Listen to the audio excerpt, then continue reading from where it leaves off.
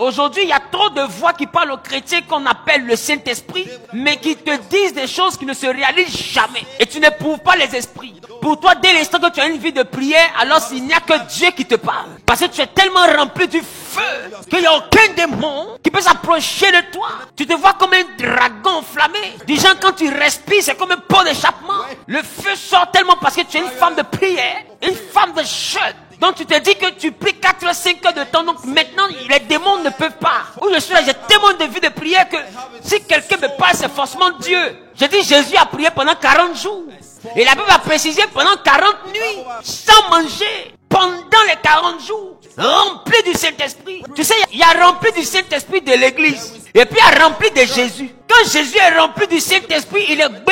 C'est-à-dire que toute la plénitude du Père réside en lui. Parce que la Bible dit que Dieu a voulu que la plénitude du Père puisse résider en lui. Donc il avait toute la plénitude, toute la présence du Saint-Esprit en lui. Après 40 jours, il est plein du Saint-Esprit. Mais la présence massive, totale du Saint-Esprit dans Jésus n'a pas empêché le diable de s'adresser à lui. Satan n'a pas eu peur de la plénitude qui était en Jésus. Le premier esprit qui lui a parlé s'appelait Lucifer. Ça veut dire que tu peux sortir de 21 jours de jeûne. Et le premier esprit qui commencera à te parler sera Belzébul. Or toi tu te dis qu'après 21 jours Dieu a commencé à me parler. Mais ton Dieu là, tu ne veux pas qu'il te dise des choses qui ne se réalisent jamais. Or le Dieu que je te prêche n'est pas un homme pour mentir. Mais toi ton Dieu l'a dit des choses et apparemment il t'a menti, il t'a braqué. Tu as attendu des élévations, des miracles depuis des années sans jamais voir. Et quand tu finis par ne pas voir, toi-même tu essaies de donner une explication à l'échec de la prophétie. Non, c'est parce que peut-être je n'ai pas bien fait. Non, c'est parce que peut-être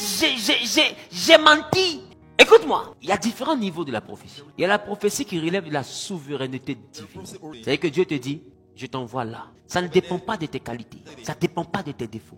C'est sa souveraineté. Il dit, je t'envoie là. Quelqu'un peut vivre mieux que toi. Quelqu'un peut être plus exemplaire que toi. Mais le fait que Dieu ait parlé, c'est que sa bouche a dit, ta parole ne reviendra jamais sans accomplir ce pourquoi il a libéré.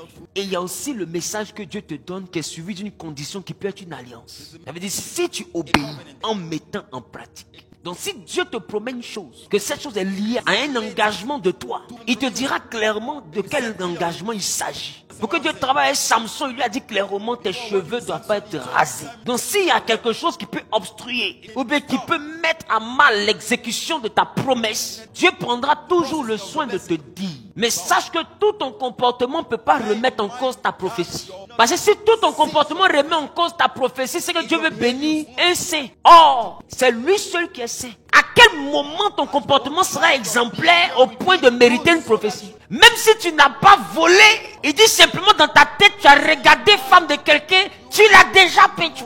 Qui va dire ici qu'il ne regarde pas? Il dit simplement, tu as menti. Quelqu'un va dire, je ne mens pas. Mais quand tu es dans la douche, et tu dis aux gens, je suis déjà en route. On dit, tu es vers où? Non, le yango vient à peine de garer, je monte. Oh, il y a savon sur ton nez. La Bible dit de toi que celui qui ment est du diable parce que c'est lui qui a menti dès le commencement et quiconque ment est du diable. Tu vois déjà qu'on est déjà vendu.